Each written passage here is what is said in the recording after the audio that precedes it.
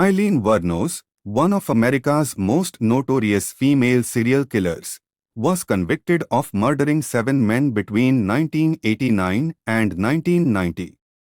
Her life was marked by abuse, trauma, and a descent into violence, which culminated in her infamous killing spree. This documentary aims to explore the dark corners of Wurnos' life, from her troubled childhood to her final days on death row.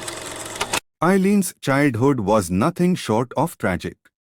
Born to parents who would soon separate, Aileen's father was a convicted child molester confined to mental institutions. Abandoned by her mother, she was raised by her abusive grandparents in a hostile environment. At the age of 4, Aileen and her brother were sent to live with their grandparents. However, this new environment was far from safe. As she grew older, the abuse escalated, leading her to run away and fend for herself. By her teenage years, Aileen was living on the streets, resorting to prostitution for survival. Aileen's life spiraled out of control as she became involved in various criminal activities. By the time she was 18, she had already been arrested for driving under the influence, firing a gun from a moving vehicle, and committing armed robbery. In the late 1980s, Aileen became a drifter, hitchhiking across Florida.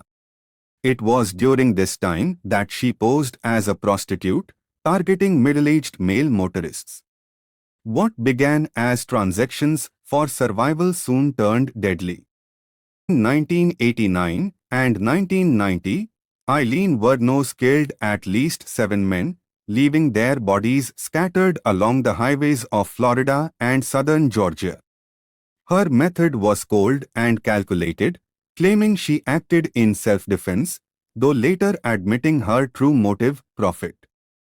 In early 1991, after a nationwide manhunt, Aileen Wurnos was finally apprehended at a biker bar in Port Orange, Florida. The evidence was overwhelming, and she quickly confessed to the murders, setting the stage for one of the most controversial trials in American history. Aileen's trial was a media sensation. She was portrayed as a monster, a woman who preyed on innocent men.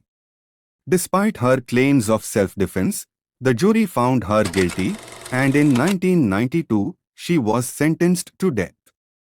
The story of Aileen Wurnos became a symbol of the complexities surrounding gender, violence, and the justice system. During her years on death row, Aileen's mental state deteriorated. She gave multiple interviews, expressing conflicting emotions, anger, remorse, and a desire for the end to come swiftly. Her case continued to draw attention, leading to documentaries and the film Monster, which won Charlize Theron an Academy Award. On 9 October 2002, Aileen Wurnos was executed by lethal injection in Florida.